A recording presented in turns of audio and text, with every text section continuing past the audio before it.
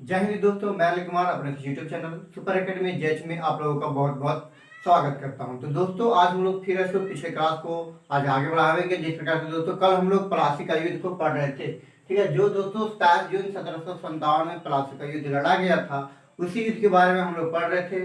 और आज दोस्तों आज हम लोग फिर से उसी टॉपिक को आगे बढ़ाएंगे कि प्लासी का युद्ध जब हो रहा था तो उसका जड़ क्या था, उसके बारे में हम लोग कल उसका जड़ के बारे में पढ़े थे। आज दोस्तों हम लोग उसका फल के बारे में पढ़ेंगे, ठीक है। कि उसका जड़ का कारण क्या था, किस प्रकार से उनका धीरे धीरे प्लासी का युद्ध धीरे धीरे विख्यात हो रहा था, किस प्रकार से, उसी के बारे में हम लोग कल पढ़े थे। आज हम लोग जानेंगे कि प्लासी का युद्ध कैसे हुआ था, कब हुआ था, ठीक है। तो दोस्तों हम प्लासी का युद्ध हम लोग पढ़ रहे थे।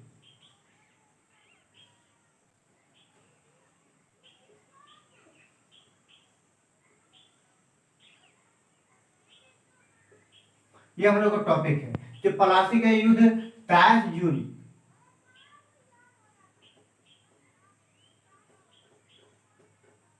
1757 को हुआ है। 23 जून 1757 को ये प्लासी का युद्ध हुआ है। तो दोस्तों आज हम लोग अब फिर से हल्का सा जान लेते हैं कि पिछले वाला क्लास में हम लोग क्या क्या पढ़े थे। हम लोग पिछले वाला क्लास में या इतना देर तक पढ़ चुके थे कि 1741 में 1741 में तो नवाब ये बंगाल के नवाब कौन बन गए थे, तो अलीवर्दी खां बन गए थे।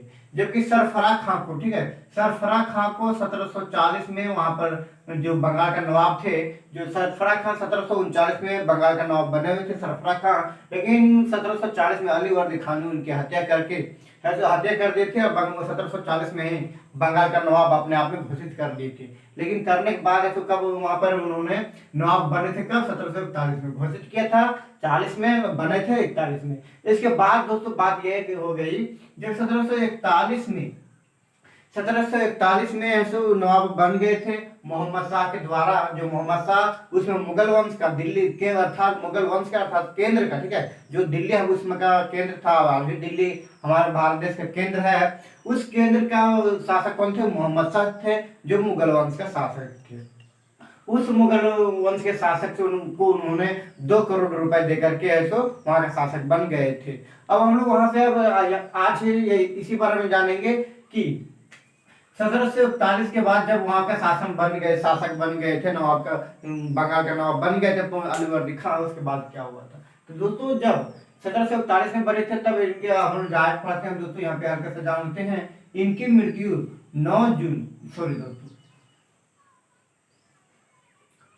9 अप्रैल 1756 को हो गया था, ठीक है। 9 अप्रैल 1756 को अलीवर्दी खां की मृत्यु हो गया। नवाब बने 1741 में और उनकी मृत्यु हो गई 1756 में। अब हम लोग हल्का सा आप जान लेते हैं ये कि 1756 में मृत्यु हुई, लेकिन इसकी जब नवाब बनने के पश्चात इन्होंने क्या क्या किया। दोस्तों जैसे कि हम लोग पढ़ रहे थे कि जो भी मुर्शिद खां के बाद जो भी शासक वहां का बंगाल का नवाब बने थे, वे लोग उतना योग्य शासक नहीं थे, अयोग्य शासक थे। उसके बाद एक योग्य शासक के रूप में आए थे, एक योग्य नवाब के रूप में, तो अलीवर्दी खां थे, जो कि दोस्तों वहां पे ऐसे या भी एक अपने यहाँ के अपनी नवाबबाजी कर रहे थे बंगाल का। बिल्कुल दोस्तों करेक्ट मैंने कहा, ठीक है। ये मैंने अभी बताया कि बंगाल का नवाब बनने में इन्होंने कितना 2 करोड़ रुपए मोहम्मद शाह को दिए थे। बस दोस्तों जब बंगाल का उसमें की पूरा केंद्र सरकार शासक कौन थे, तो मुगल वंश का शासन चल रहा था। केंद्र का शासक कौन था, मुगल वंश के थे।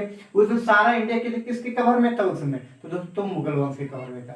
लेकिन दोस्तों जब वहां पे मुर्शिद खां जब अगर हम लोग बात करें तो मुर्शिद खां ने क्या किया था, जब वहां बंगाल का नवाब बन गए तो फिर भी 1.5 लाख रुपए उनको ऐसो कर के रूप में दिया करते थे, ठीक है, कर के रूप में दिया करते ही रह गए थे। लेकिन जब यहाँ पे अलीवर्दी खां ने क्या किया था कि जब 2 करोड़ रुपए लेकर के नवाब बन गए थे, तब दोस्तों इन्होंने वहां पे फिर से वो कभी भी कर नहीं दिया करते थे, जिससे उनके क्या हो गया था कि उनका जो केंद्र सरकार से केंद्र शासक थे, जो भी पकड़ होनी चाहिए थे, उनका जो मिलाप होता था वह नहीं हो पाया था। तो उन दोनों के बीच में दोस्ती की भावना नहीं रही, वे लोग अलग अलग हो गए। वहां भले शासन चल रहा था मुगल वंश का, लेकिन दोस्तों औरंगजेब के बाद कहा जाता है जब 1707 ईस्वी में औरंगजेब की मृत्यु हो गई थी, उसके बाद दोस्तों ऐसे ऐसा कोई भी शासक नहीं आया था जो कि मुगल वंश का अच्छा तरीका से चला, मुगल वंश के शासन को सुदृढ़ तरीका से चला सके। इसलिए दोस्तों वे लोग वहां पर 1707 के बाद ऐसे सारे लोग दूसरे दूसरे लोगों से जहां तहां क्षेत्र अपना विस्तार करने लगे थे और स्वतंत्र रूप से अपना घोषित करने लगे थे, जिसकी वजह से सबसे पहले नवाब बने थे बंगाल के मुर्शिद खां। उसके बाद दोस्तों इसी प्रकार से नेक्स्ट चलते गया, जो चौथे नंबर पे आ गए थे अलीवर्दी खां।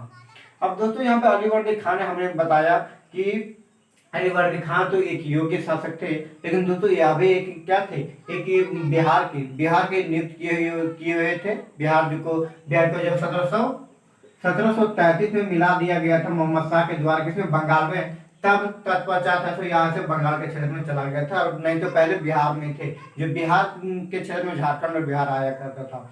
अब दोस्तों जो अलीवर्दी खां की मृत्यु जब हो गई थी 9 अप्रैल 1756 को, 9 अप्रैल 1756 की जब मृत्यु हो गई, तब इन्होंने तो बंगाल का नवाब सिराजुद्दौला को बना दिया 10 अप्रैल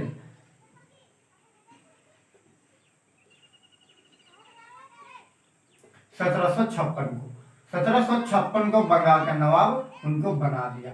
लेकिन दोस्तों यहाँ पे अब जब बनाए तो थे, लेकिन जब इन्होंने सिराजुद्दौला अपना उत्तराधिकारी किसको, सिराजुद्दौला को बनाए हुए थे अलीवर्दी खां।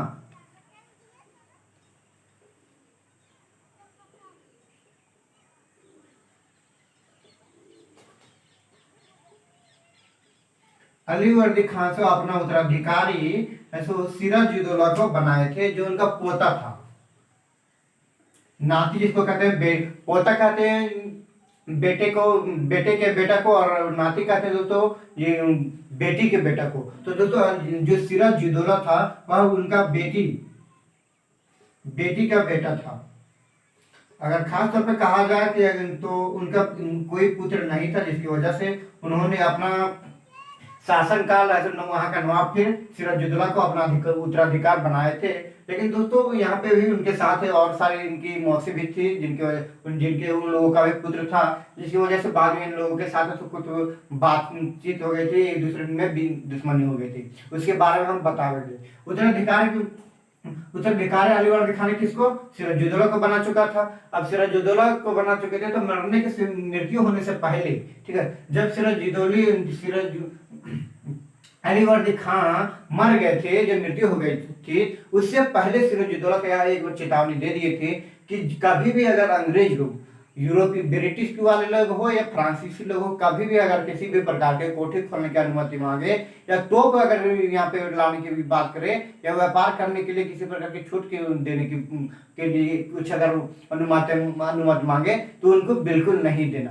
क्योंकि यहाँ पे धीरे धीरे अगर किसी प्रकार से वे लोग यहाँ पे अगर अपना जमा लेंगे तो हमारा देश क्या होगा, फिर धीरे धीरे पूरा गुलाम हो जाएगा उन लोगों के हाथों में। इसीलिए उन्होंने इनको सिराजुद्दौला को आदेश यह बताया था कि कभी भी उन लोगों को किसी भी प्रकार से अनुमति कुछ करने के नहीं देना, अपने उन लोगों को अपने हाथ में बांध के, अपने शिकंजे में बांध के रखना। इसी वजह से यहाँ पे क्या हुआ था, लेकिन जब है तो इसी चीज को सिराजुद्दौला ने सुन लिया और इसी चीज को पालन करने लगा था। अभी यहाँ पर हम लोग बात आ गई कि अब अलीवर्दी खां ने क्या था। मैंने अभी कहा जब 9 अप्रैल, थोड़ा देर पहले बताया था, 9 अप्रैल 1756 की मृत्यु हुई, लेकिन उसके पहले इन्होंने क्या सीखा। अब दोस्तों अभी मैंने क्या बताया, सिराजुद्दौला की इतना चीज की जानकारी दिए थे। अब कैसे दिए थे, अब देखिए क्या हुआ था कि जब दोस्तों मैंने आप लोगों को बताया था पिछले वाली वीडियो में कि 1717 ईस्वी में दोस्तों ऐसो मुगल वंश का शासक कौन थे, तो फारुखसियर थे, ठीक है, फारुखसियर मैंने बताया था। अब फारुखसियर को क्या हुआ था कि ज्यादा तबीयत खराब होने की वजह से भारत में उन्होंने कुछ चिकित्सक के पास दिखाया था, ठीक नहीं हो पाया था, जिसकी वजह से जब वहां पे ब्रिटिश डॉक्टर आए और ब्रिटिश डॉक्टर ने इनका इलाज किया तो तुरंत ठीक हो गया था। और ठीक होने के कारण से इन्होंने क्या किया था, उन लोगों को 3 सौगात दे दिए थी। 3 सौगात में क्या था कि 3000 रुपये पहला, 3000 रुपये अगर वार्षिक टैक्स के रूप में देगा तो पूरा बंगाल में कर मुक्त रूप से व्यापार कर सकता है। दूसरा सौगात था कि अगर 10,000 रुपये कर मुक्त के रूप में अगर देगा तो पूरा सूरत में तो कर मुक्त के रूप में व्यापार कर सकता है। और तीसरा सौगात था टक्सल कर सिक्के, ठीक है, जो वैध जारी कर दिया गया था। तो दोस्तों हम लोग यहाँ पे हल्के से एक चीज और जान लेते हैं कि यहाँ पे बंगाल और गुजरात में जो सूरत है वहीं पे व्यापार क्यों करना चाहते थे। बात ये है दोस्तों, जब भारत, ठीक है, भारत ये हमारा है, ये हमारा भारत का मैप है, ठीक है,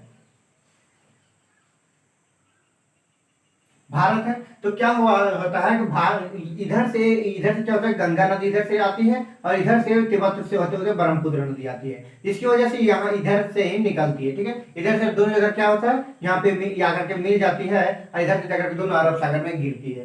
तो यहाँ पे क्या होता है कि यहाँ पे जो भी क्षेत्र आते हैं, यहाँ पे सारे चीज भी, जो भी उद्योग के मामले में बात कहा जाए तो यहाँ पे उद्योग भी अच्छी तरीके से कोठी भी खोलने के लिए इन लोगों को सुविधा पड़ता था। अगर खेती की बात कहा जाए, खेती भी अधिक उपजाऊ होता था, जिसकी वजह अगर, क्योंकि यहाँ पे इधर से गंगा नदी और इधर से कौन सा, तो ब्रह्मपुत्र नदी आया करता था। और यहाँ पे सिर्फ अकेला गंगा ही नदी नहीं, गंगा नदी में 7-8 ऐसे सहायक गंगा नदी के हैं, उन सारे नदी भी सहायक थे, तो सारे नदी यहाँ पे आकर के मिल जाते थे, जिसकी वजह से यहाँ पे सारा चीज अच्छे तरीके से उपलब्ध हो जाता था। तो दोस्तों मैं एक बार ट्रिक के माध्यम से बता दूंगा कि यहाँ पे गंगा नदी के कौन कौन से सहायक नदी है इसके बारे में, ठीक है। तो वीडियो के लिए इंतजार कीजिए, कल तक मैं बता दूंगा, ठीक है।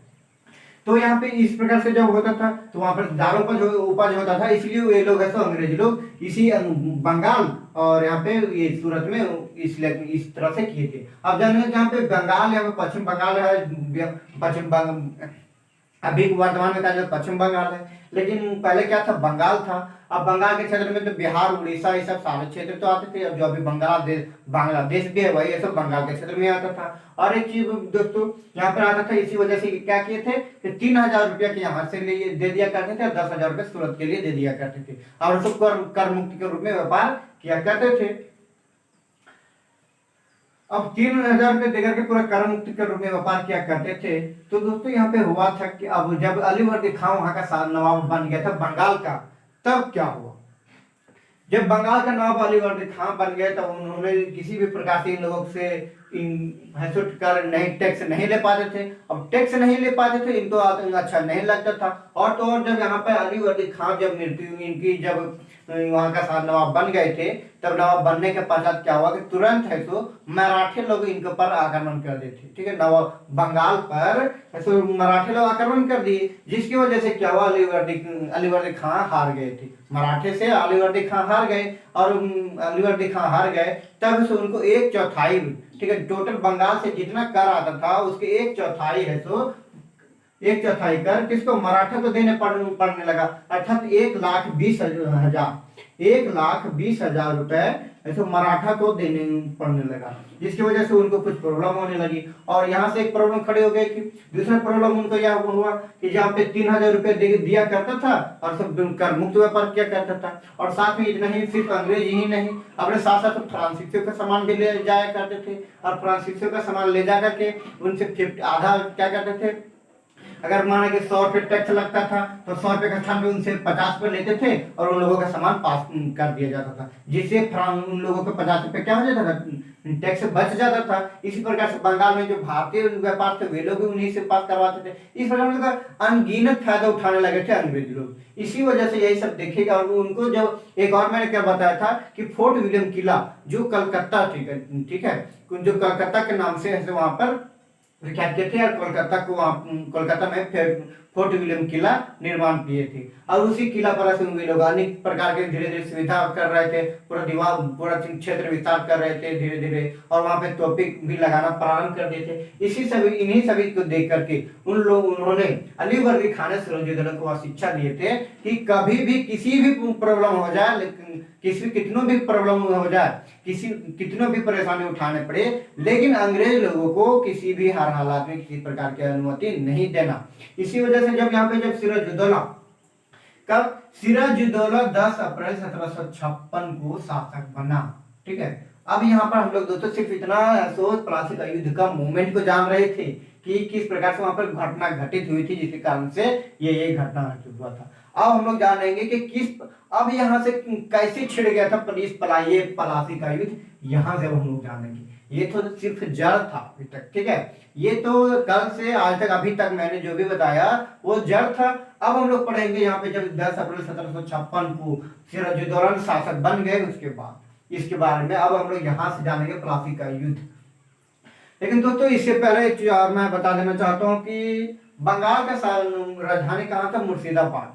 प्रारंभ में कहा जाए तो दोस्तों बंगाल का राजधानी ढाका था, लेकिन बाद में तो मुर्शिदाबाद कर दिया गया था। जिसका कारण था दोस्तों जो मुर्शिद कुली खां, जिसके बारे में मैंने कल बताया है, अच्छी तरीके बहुत अच्छी तरीके से डिटेल में बताया, ठीक है। अगर नहीं देखे हैं तो डिस्क्रिप्शन में लिंक दिया हुआ है, जगह के देख लीजिएगा वीडियो को। मुर्शिदी कुली खां जो थे, उन्होंने क्या किया था, वहां उन्होंने से मकुदाबाद नाम का एक क्षेत्र था वहां का, और उसको अपने नाम से मुर्शिदाबाद बना दिया। और मुर्शिदाबाद में ऐसे ढाका जो राजधानी थे बंगाल का, वहां से ले गए थे मुर्शिदाबाद, जो कि दोस्तों आज अगर ढाका की बात कहा जाए तो बांग्लादेश का आज भी राजधानी है। तो वही मुर्शिदाबाद ऐसा बंगाल का राजधानी हुआ करता था। मैंने इसे बता दिया दोस्तों क्योंकि यहाँ पे हम लोग यहाँ पे हल्का से प्लासी युद्ध में मुर्शिदाबाद का आगे में चर्चा करेंगे, ठीक है। यहाँ पर बात तो आगे समझ में। चलिए हम लोग जानते हैं 10 अप्रैल 1756 को जब सिराजुद्दौला का शासक बने थे, तब उसके बाद कौन सा घटना घटित हुआ था?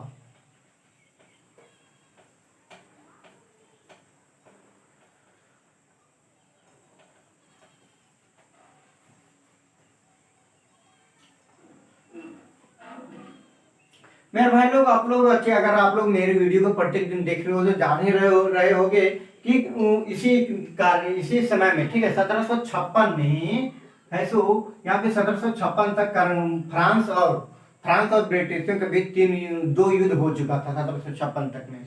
एक कर्नाटक का प्रथम युद्ध जो 46 से 48 तक चला था, एक और दूसरा कर्नाटक का दूसरा युद्ध जो 49 से 54 तक चला था। ये दो युद्ध हो चुका था। और फिर ये दोनों युद्ध होने के पश्चात है तो दोनों एक दूसरे में ऐसे अपने आप में ज्यादा शक्तिशाली होने के कारण से अनेक प्रकार की किले बना रहे थे, तोपे बना रहे थे, इस प्रकार से कर रहे थे। तो दोस्तों फ्रांस ने भी क्या किया, फ्रांसीसियों ने भी बंगाल में अपना स्थापित, तो वहाँ पे बहुत सारे कुछ कोठी खोल लिए थे, कुछ क्षेत्र को अपने अधीन में कर लिए थे।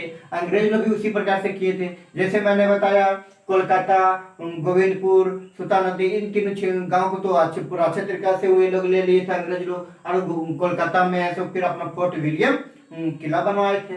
अब किला बनवाने के पश्चात क्या हुआ था, जब 1756 आया था तो जिस समय सिराजुद्दौला शासक बने थे, उस समय उन्होंने क्या किया था, जो किला बनवाए थे ना, उसकी दीवार को बहुत ही मोटी कर रहे थे और साथ साथ उन पर क्या पूरा तोप को लगा दिया कर रहे थे, बहुत सारा तोप लगा रहे थे, जिसकी वजह से उस सिराजुद्दौला का क्या हुआ, अब गुस्सा आ गया कि हमारे बिना हमने अनुमति नहीं दिया है, ये हमारा देश है, हमारा शासन का यहाँ पे चल रहा है और हमने अनुमति नहीं दिया, और वे लोग कैसे यहाँ पे ऐसो तोपे लगा रहे हैं, अपनी कोठी में ऐसो मोटी परत बना रहे हैं, मतलब कि पूरा युद्ध की तैयारी कर रहे हैं। अब युद्ध की तैयारी, कौन से युद्ध की तैयारी कर रहे थे, तो दोस्तों मैंने बताया है कि भारत में 1757 से 1763 तक में एक कर्नाटक का तीसरा युद्ध भी चला था। अगर खास तौर पे कहा जाए दोस्तों, यह युद्ध 1756 से प्रारंभ हो गया था, 1763 तक हुआ था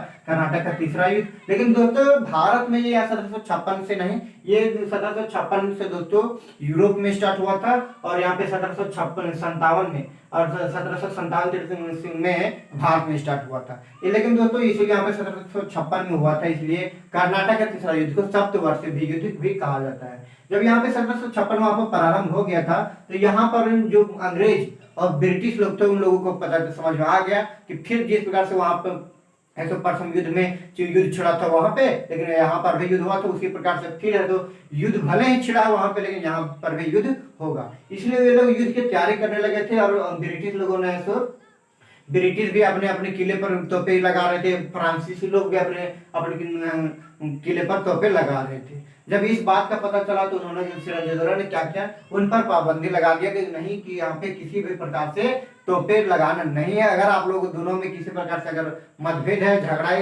लड़ाई चल रही है, तो उनको उस लड़ाई को आप लोग सुलझाइए आराम से, लेकिन तोपे लगा करके यहाँ पे किसी प्रकार से युद्ध नहीं करना है। यह आदेश आते हैं फ्रांसीसियों ने क्या किया था कि उन्होंने तोपे लगाना बंद कर दिया था।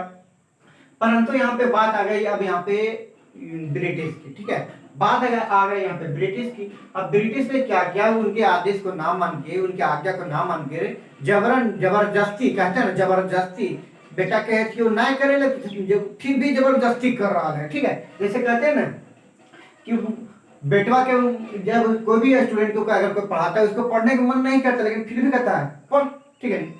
बच्चा में क्या होता था कि अगर बच्चा में रात में अगर दिन भर तो पूरा आराम से खेल उल के आया करते थे, दिन भर खेलने के बाद क्या होता था कि रात में पैर हाथ धोए हुए बैठे पढ़ने के लिए, और है तो क्या गया, नींद झुक की मैया पकड़ लिया करता था, ठीक है। अर्थात नींद आने लगा आता था, तो वहां पर हम लोग गार्जियन क्या करते थे, बेटा जबरदस्ती मार मार के पढ़ाया करते थे, पढ़, दिन भर खेलने में अच्छा लगता है, तो उसी पर मतलब जबरदस्ती मतलब कहा नहीं करता, ठीक है। तो उसी प्रकार से ब्रिटिश लोगों ने क्या किया था, जबरदस्ती है तो वहां पर कोलकाता में जो फोर्ट विलियम किला था उन पर हैसो तोपे लगा रहे थे। अब आदेश मानने के ना कारण के कारण, अगर आदेश जो सिराजुद्दौला की जो आज्ञा दी थी उनका आदेश नहीं माना गया, तब से उन्होंने क्या किया था, 15 जून 1756 को फोर्ट विलियम किला पर आक्रमण कर दिया, अटैक कर दिया, ठीक है। 15 जून 1756 को फोर्ट विलियम किला पर अटैक कर दिए। अब यहाँ पे ध्यान से सुनना मेरे भाई, यहाँ पे जो 15 जून है, यहाँ पे आप लोगों को बहुत सारे लोग ऐसे हैं जो 5 जून को भी बताते हैं। तो दोस्तों यहाँ पर हल्का सा कंफ्यूजन है कि 5 जून या 15 जून बहुत स्थान पे ऐसे मिलता है कि कहीं 15 जून मिलता है, कहीं 5 जून मिलता है। एनसीईआरटी में कहा जाए तो अधिकांश यहाँ पे 15 जून ही मिलता है, ठीक है। अब 15 जून 1756 को अटैक कर दिए, अटैक कर दिया था, फोर्ट विलियम को पूरा घेर लिए, और घेरने के पश्चात पूरा 5 दिन तक वहां पे युद्ध किए, ठीक है। 5 दिन तक युद्ध किए। अब 5 दिन तक लगातार युद्ध करने का पश्चात है तो उनको ऐसे फल प्राप्ति हुई, ठीक है। फल प्राप्ति हुई, फल प्राप्ति यही हुई कि ये फोर्ट विलियम किला पर पूरा अपना पूर्ण रूप से अपना अधिकार वहां पे कर लिए। अब फोर्ट विलियम किला कहाँ है, कोलकाता में, लेकिन बंगाल का नवाब ये थे तो कहाँ रहते थे, राजधानी में कहाँ पे थी, मुर्शिदाबाद, तो वहां पे रहते थे। अब 5 उसके बाद है तो यहाँ पे जब अपने अधीन में कर लिए थे, तब है तो अपने अधीन में करने के पश्चात इन्होंने है सो अपना एक मित्र मणिक चंद को, ठीक है, अपना एक मित्र मणिक चंद नाम का था,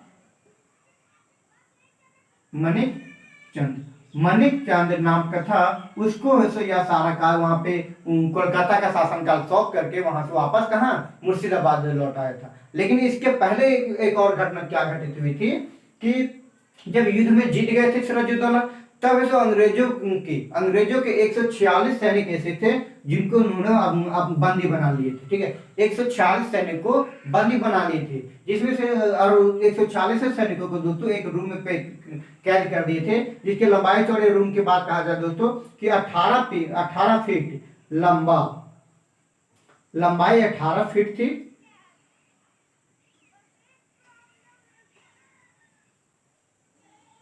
18 फुट लंबाई, और इसकी चौड़ाई की बात कहा जाए दोस्तों तो 14 फुट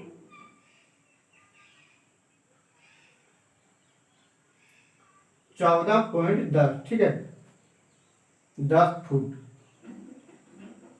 चौड़ाई था, 14.10 फुट इसका चौड़ाई था। अब इतना होने के कारण से क्या होता है, अब 18 फुट लंबाई और 14.10 फुट चौड़ाई, इतना में क्या होता है, 146 लोगों को बंद कर दिया। अब 146 लोगों को बंद कर दिया, और साथ में क्या हुआ था, 5 दिन से सारे लोग युद्ध कर रहे थे। अब युद्ध करने की वजह से बहुत सारे लोग घायल हो चुके थे, कुछ को ऐसा था, पूरा उस समय गर्मी का सीजन था, बहुत ही ज्यादा गर्मी, ग्रीष्म ऋतु था तो बहुत ही ज्यादा गर्मी आती थी, और एक ही रूम में तो छोटी सी रूम में कितना 140 लोगों को कैद कर दिया गया। कब कैद कर दिया गया, तो दोस्तों 20 जून को उन लोगों को वहां पे कैद किया गया था। 20 जून 1757 को कैद किया गया, एवं कैद करने के बाद अगर उसके बाद फिर 21 जून को वहां पे देखा गया, 21 जून को जब वहां पे गए उसको खोले तो उसमें मिला कि उसमें से 27 ऐसे व्यक्ति हैं जो जीवित हैं अभी तक, बाकी 127 ऐसे लोग हैं, ऐसे ब्रिटिश सैनिक थे जो कि वहां पे जान दे दिए थे, ठीक है, उनकी जिनकी वहां पे मृत्यु हो गई थी 127 सैनिकों की। अब यहाँ से बात यहीं से छिड़ गई, अब बात छिड़ गई यहीं से कि अंग्रेज लोगों ने यहीं से क्या किया, मुद्दा उठाना प्रारंभ कर दिया कि हमारे सैनिकों को क्या किया कि एक रूम में बंद करके निहत्थे उन लोगों को है सो मार दिया गया। अब इसी वजह से दोस्तों इस फोर्ट विलियम किला को ब्लैक होल के भी नाम से जाना जाता है। ठीक है, यहाँ पे ध्यान दे रहे, इस चीज को याद रखना जरूर कि ब्लैक होल के नाम से किसे जाना जाता है, तो फोर्ट विलियम किला को ब्लैक होल के नाम से जाना जाता है। क्यों? क्योंकि दोस्तों वहां पे ऐसो काला काम काम हुआ करता था, जिस काला करतूत कहते हैं, इसीलिए दोस्तों वहां पे अंग्रेज लोगों ने उनको वहां उस किला को ब्लैक होल नाम बाद में दे दिया था, क्योंकि दोस्तों वहां पे काला कानून कर दिया गया था। क्योंकि वहां पे जब बोले ना कि 18 फीट लंबा, 14 फुट 10 फुट चौड़ाई में बंद करके वहां पे छोड़ दिया गया था। लेकिन दोस्तों अब यहाँ पे बात कहा जाए कि इतने साजिश की बात कहा जाए तो दोस्तों अगर कहा जाता है कि वे लोग अपने आप ही नहीं मरे थे, कुछ लोग अपने जान के वहां पे आत्महत्या कर लिए थे, क्योंकि यहाँ पे उन लोगों को क्या था कि वो बंगाल पर शासन करना था अंग्रेज लोगों को। इसी वजह से वहां पर जब उनके उस तरह से घटना हो गई थी तो वे लोग भी बहुत सारे को इस तरह से मार दिए थे, ऐसा कहा जाता है। ठीक है, अब 40 लोग जीवित हो गए थे, जीवित बचे हुए थे। तब ऐसे वहां पे अंग्रेज लोग क्या किए थे, उन पर ऐसो सिराजुद्दौला पर वापस है तो उन पर आक्रमण करने के लिए बात करने लगे। अब 17 जब आक्रमण करने की बात करने लगे तब है तो उन्होंने क्या किया कि उन्होंने युद्ध करने के लिए से पीछे भी नहीं हटे, और उन्होंने अंग्रेज लोगों ने सो लगातार कम से कम उन्होंने सिराजुद्दौला के खिलाफ 5 से 6 व्यक्ति को खड़ा कर दिया। 5 से 6 व्यक्ति को अब खड़ा करने का अर्थ ये है कि सिराजुद्दौला के आदमी को ही, ठीक है, सिराजुद्दौला के आदमी को ही उनके खिलाफ कर दिया, और उन लोगों के माध्यम से वे लोग उन पर आक्रमण कर दिए थे। और बाद में दोस्तों धीरे धीरे यही हुआ कि इन सारे सिराजुद्दौला और अंग्रेजों के बीच, ठीक है, सिराजुद्दौला और कर्नल क्लाइव के बीच एक दिन ऐसा समय आया कि इन दोनों के बीच मुर्शिदाबाद के, ठीक है, इन दोनों के बीच मुर्शिदाबाद के 22 मील दूर स्थित पलासी नामक स्थान पे 22 मील दूर पलासी नामक स्थान पे युद्ध प्रारंभ हो गया।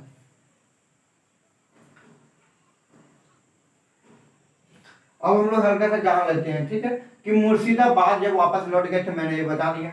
अब मुर्शिदाबाद लौट गए, अब यहाँ पे 146 में से 127 व्यक्ति भी मर गए, 127 सैनिक भी मर गए, 4 सैनिक बचे हुए हैं। कब मर गए थे? तो 21 जून को, 20 जून को कैद किया गया था। 18 फुट लंबा, 14.10 फुट चौड़ाई वाले कमरे में बंद किया गया था फोर्ट विलियम किले में। उसको ब्लैक होल के नाम से जाना जाता है। उस ब्लैक होल का शासनकाल किसको? मणिचंद को सौंप दिए थे सिराजुद्दौला ने। उन पर आक्रमण कब किए थे? 15 जून 1756 को उन पर आक्रमण किए थे। सिराजुद्दौला ने कब नवाब बने थे? 10 अप्रैल 1756 को। अलीगढ़ के खां की मृत्यु कब हुई थी? 9 अप्रैल 1756 को। अब बात कहा जाए कि जब सिराजुद्दौला शासक बने थे उस समय उनकी आयु अवस्था कितनी थी? तो 24 वर्ष थी उस समय। दोस्तों इनकी आयु की बात कहा जाए जितने शासक बने थे उसमें 24 वर्ष था। ठीक, अब हम लोग जानते हैं कि प्लासी का युद्ध अब कैसे हुआ। यहाँ मैंने बताया 27 जून 1757 को यह युद्ध हुआ था, और इसी समय 1757 में भी भारत में यह युद्ध प्रारंभ हो गया था, कर्नाटक का तीसरा युद्ध भी। ठीक है, तो उस समय ऐसो इस प्रकार से घटना चल रहे थे। अब घटना जब, लेकिन हम इस चीज को याद रखना कि 1757 में जब प्लासी का युद्ध हुआ था, प्लासी का युद्ध होने के बाद ही कर्नाटक का तीसरा युद्ध भारत में प्रारंभ हुआ था। ठीक है, भारत में प्रारंभ था, इसी प्लासी का युद्ध के बाद ही प्रारंभ हुआ था, और इसके पहले दोस्तों कहा जाए तो यूरोप में स्टार्ट हुआ था। तो 4 जून 1757 को मुर्शिदाबाद के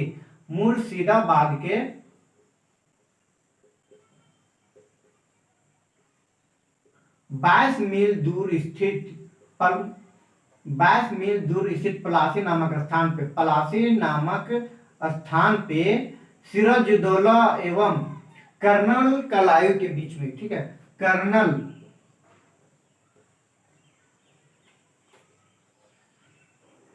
क्लाइव के बीच में यह युद्ध प्रारंभ हो गया था।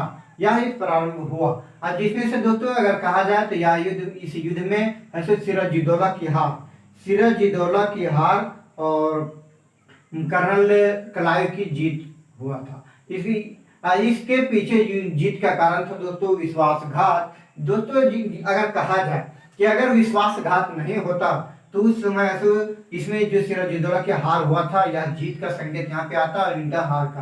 क्योंकि दोस्तों यहाँ पे इनके पास इतनी ज्यादा सैनिक थी, इतनी ज्यादा सैनिक थी कि अगर इनके सैनिक पर अगर सिर्फ बैठ जाते ना तो वे लोग वहीं पे दब जाते, वहीं पे मर जाते दब के, ठीक है, उतनी ज्यादा सैनिक थे। लेकिन दोस्तों मैंने बताया कि 6, ठीक है, यहाँ पे लिखा है मैंने 5 से 6, लेकिन दोस्तों यहाँ पे 6 ऐसे व्यक्ति थे जो दोस्तों सिराजुद्दौला को उनके साथ विश्वासघात किए। और दोस्तों उनके सारे सैनिकों को किनके, तो रॉबर्ट क्लाइव, जिनको कर्नल क्लाइव थे, उनके पक्ष में दे दिया गया था सारे सैनिकों को।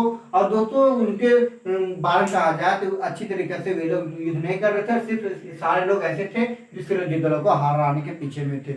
जैसे एक पहला था दोस्तों मैंने बताया मानिकचंद, जो कोलकाता का जिसे कोलकाता का सिराजुद्दौला ने कोलकाता के नवाब घोषित किए थे, ठीक है, कोलकाता का नवाब घोषित किए थे। पर वही था पहला था मानिकचंद, दूसरा था दोस्तों राय दुर्लभ, ठीक है, मानिकचंद,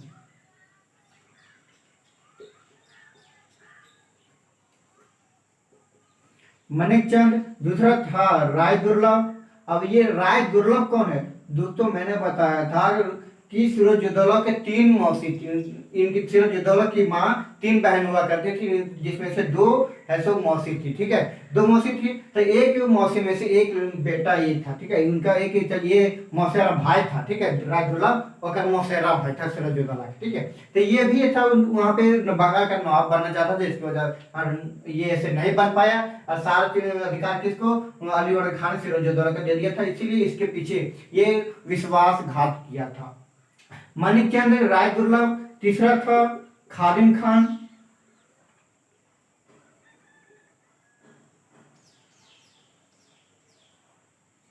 चौथा है अमीचंद, जो कोलकाता का दोस्तों ये अमीचंद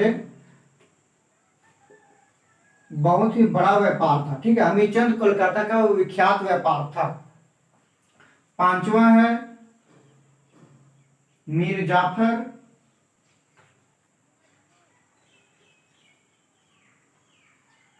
मणिचंद, राय दुर्लभ, खादिम खान, अमीचंद और इधर हो गया मीर जाफर, और एक और है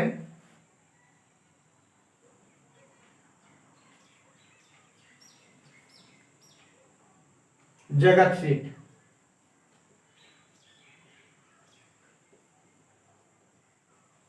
ठीक है, ये था, ठीक है। पहला था कौन कौन, तो मणिचंद, राय दुर्लभ, ठीक है, मणिचंद, राय दुर्लभ, खादिम खान, अमीचंद, मीर जाफर, जगत सेठ। ये 6 ऐसे व्यक्ति थे जो सिराजुद्दौला को के साथ विश्वासघात किए। और मीर जाफर तो दोस्तों ये कौन था, तो उनका मुख्य सेनापति था। यही मीर जाफर का मेहनत था जो बंगाल का नवाब बनना चाहता था उस समय भी, और जिसकी वजह से सेनापति होने के कारण क्या क्या सारा सैनिक कर्नल क्लाइव को दे दिया था बंगाल का, जिसकी वजह से जो सिराजुद्दौला हार गए थे। जब वहां पर पलासी के मैदान में, ठीक है, पलासी के मैदान में वहां पहुंचे तो देखिए सारे क्या हुआ, सारा सैनिक उनके पक्ष में चल गए। तो सिराजुद्दौला ने वहां पर सीधा वहां से भागते हुए 22 मील जो दूर स्थित पलासी नामक स्थान था, वहां से भागते हुए कहा मुर्शिदाबाद पहुंच गए।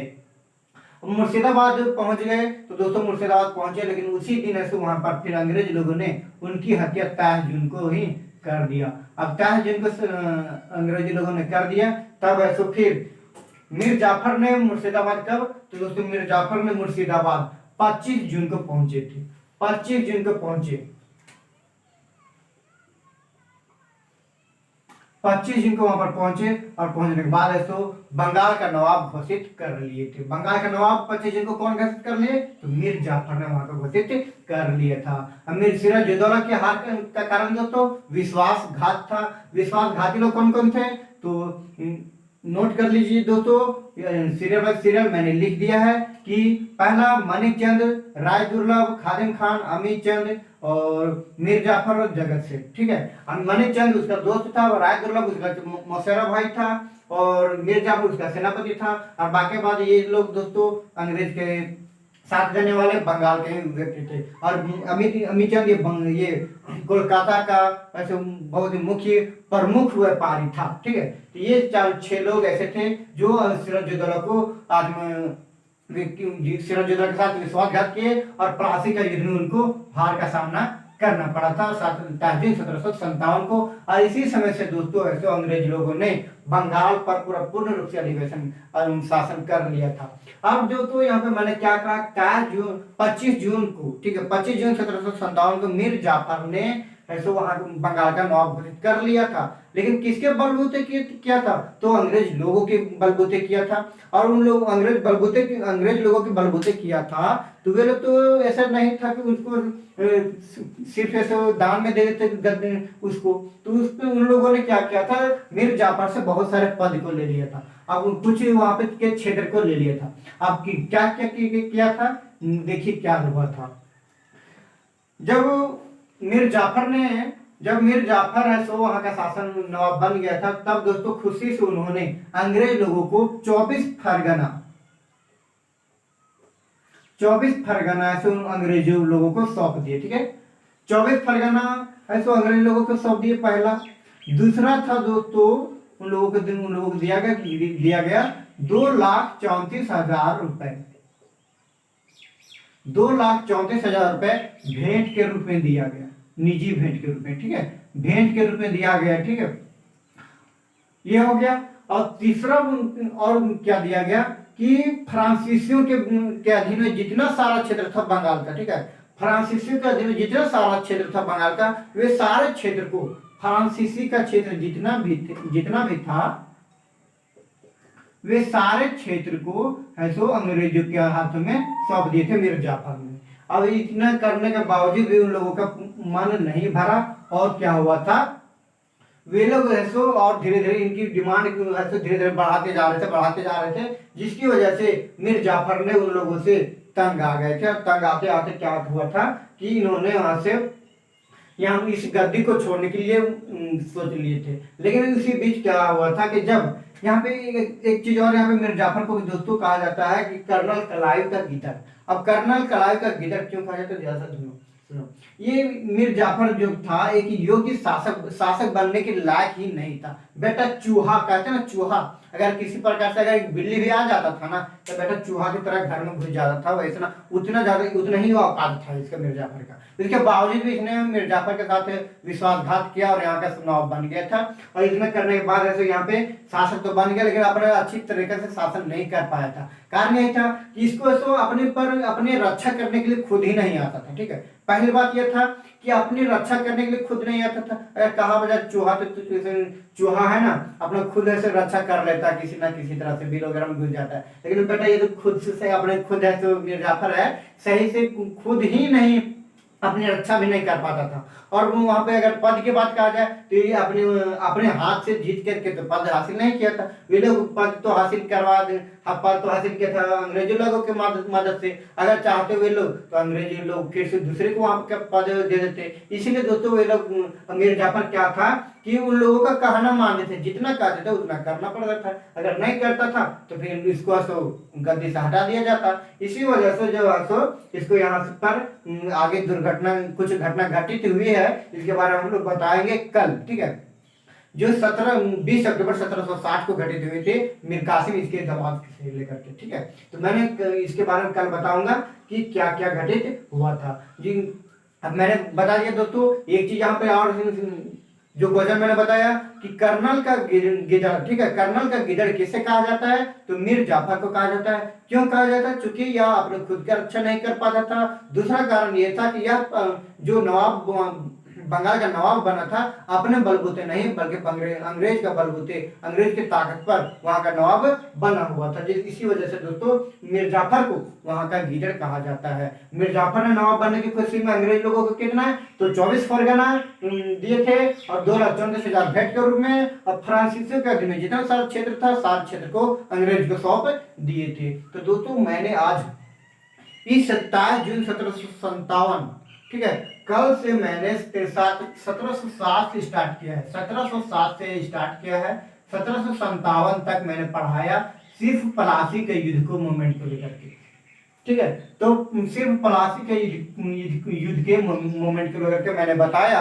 तो दोस्तों अब मुझे पूर्ण रूप से विश्वास है कि आप लोगों को जरा सा भी कहीं भी कंफ्यूजन नहीं होगी।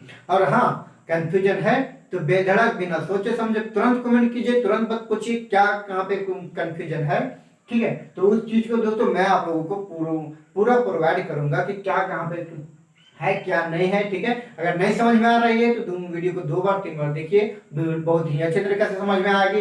तो मुझे अब इसमें विश्वास है दोस्तों कि आप लोगों को इससे ज्यादा बेहतर और मुझे नहीं लगता है कि कहीं मिल पाएगा, क्योंकि दोस्तों मैंने आप लोगों को पूरा नीचे जड़ से लेकर पूरा फल तक क्या हुआ था उसके बारे में बता दिया। अब हम लोग इसके आगे में और कुछ पढ़ेंगे, जिसके बारे में नेक्स्ट आने वाला बक्सर के युद्ध, इसके बारे में हम लोग कल पढ़ेंगे। और इसके और भी एक चीज मैंने बता दिया है कि जिसको ट्रिक चाहिए, ठीक है, मैंने जो आज बताया कि ब्रह्मपुत्र नदी इधर से आया था और गंगा नदी दोनों आकर के बंगाल में मिले हुए थे, मिले थे, और जिसके कारण से वहाँ का क्षेत्र बहुत ही विख्यात है, और जिसके कारण से वहाँ पर बंगाल में ही अंग्रेज लोग वहाँ पर रहने व्यापार करना, उद्योग लगाना चाहते थे। अब इसकी इसीलिए मैंने बताया। तो दोस्तों मैंने यही बताया कि जो भी गंगा नदी है, जो गंगा नदी की सहायक नदी है, उन सारे के बारे में हम ट्रिक के माध्यम से, एक छोटी सी ट्रिक मात्र 2 मिनट में चाहो तो पूरा अच्छी तरीके से आद हो जाएगा, सिर्फ एक ट्रिक के माध्यम से,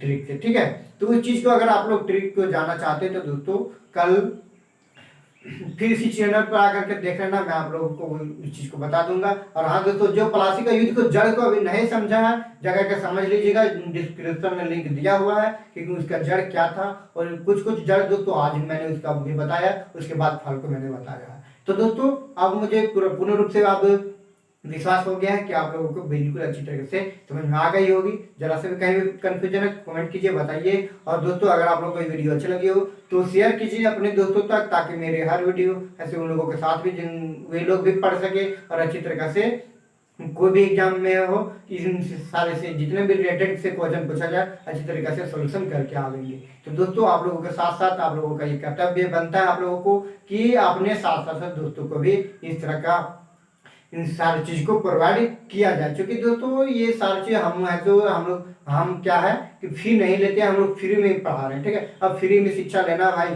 तो किसी अगर ऐसा कोई गरीब स्टूडेंट है वो पढ़ना चाहता है उसको तो दोस्तों दे दो, वही अच्छा है। क्योंकि दोस्तों आज की बात लिया जाए तो हमारे देश में गरीबी बहुत ही ज्यादा है। ठीक है, गरीबी बहुत ज्यादा है, बेरोजगारी बहुत ज्यादा है। अब बेरोजगारी होने के कारण से दोस्तों बहुत सारे स्टूडेंट गरीबी होने के कारण से ऐसे हैं जो कि नहीं पढ़ पाते। और इसीलिए दोस्तों हम लोगों ने यह निश्चय लिया है कि जो भी स्टूडेंट पढ़ना चाहते हैं उसको हम लोग फ्री में पढ़ाएंगे, बस इस YouTube channel super academy JH के माध्यम से।